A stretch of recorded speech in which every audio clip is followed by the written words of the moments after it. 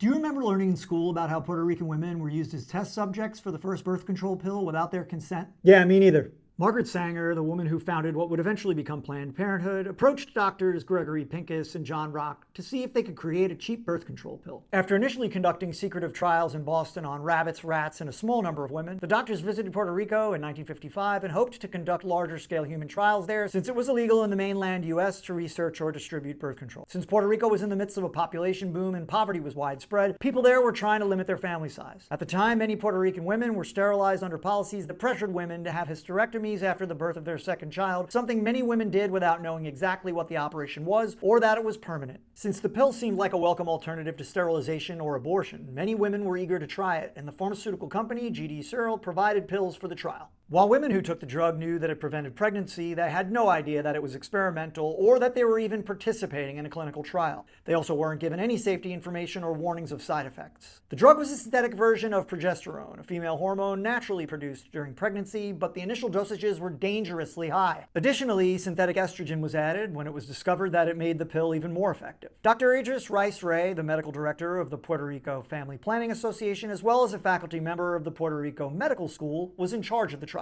And after giving the other doctors the news that the pill was 100% effective when taken properly, she also reported that 17% of women in the study reported nausea, dizziness, headaches, stomach pain, blood clots, and vomiting. Doctors Rock and Pincus dismissed the women as unreliable, since the few women from the Boston trials didn't report side effects at such a rate, likely due to the lower dosages they were given. Dr. Rice-Ray was certain the high dosages caused too many side effects for the drug to be approved, but she was eventually forced to leave the trials. 3 women died while participating, but no investigation was conducted to see if the pill was the cause. The pill, Inovid, was approved by the FDA in 1960, originally for menstrual disorders, and eventually approved for contraception in 1961. Whether through negligence or indifference, Pincus and Rock's trials exploited the women who helped rush an effective pill to market, and while the dosage has been lowered dramatically since then, the history of how it came to be will remain shrouded in controversy.